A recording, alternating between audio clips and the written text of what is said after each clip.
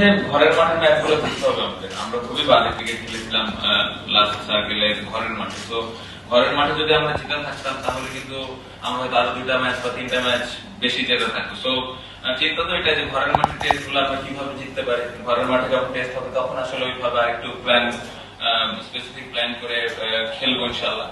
আর বাইরে ভালো হয়েছে, এই কনফিডেন্সটা আমাদের কাজে দিবে ইনশাল্লাহ। যদি এই বছর আমরা বাইরের মাটিতেও রেজাল্ট করতে পারি তাহলে দেখা যাবে যে আমাদের এই বছরের যে টেস্ট চ্যাম্পিয়নশিপের সার্কেল, এই সার্কেলে একটু বেটার রেজাল্ট। এটা আসলে এখন এখানে বলতে চাই না, কারণ অপোনেন্ট যদি দেখে বিষয়টা আসলে অনেক আগে থেকে ওপেন হয়ে যাবে। বাট আমি যে কোনো পজিশনে খেলার জন্য প্রস্তুত আছি এবং আমার আরো টপ অর্ডার ব্যাটসম্যান আছে। তো আমাদের টিমে অপশন আছে। তো দেখা যাক ইনশাআল্লাহ। প্রিপারেশন যদি বলেন, আমার মনে হয় প্রিপারেশনটা মোটামুটি ভালোই হয়েছে।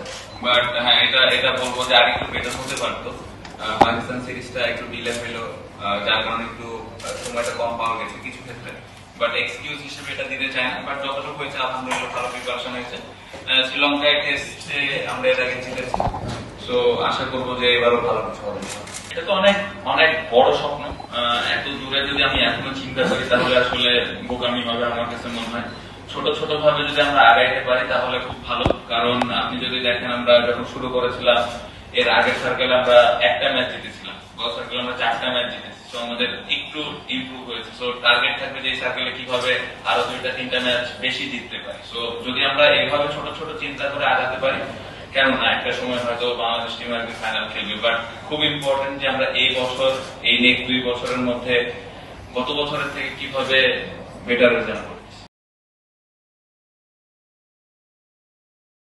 ওয়ালটন আবারও মিলিনিয়ার অফারে ওয়ালটন ফ্রিজ কিনে আপনিও হয়ে যেতে পারেন মিলিয়নিয়ার। মিলিনিয়ার ছড়াছড়ি দেশ জুড়ে, এটা শুধু ওয়ালটনই পারে।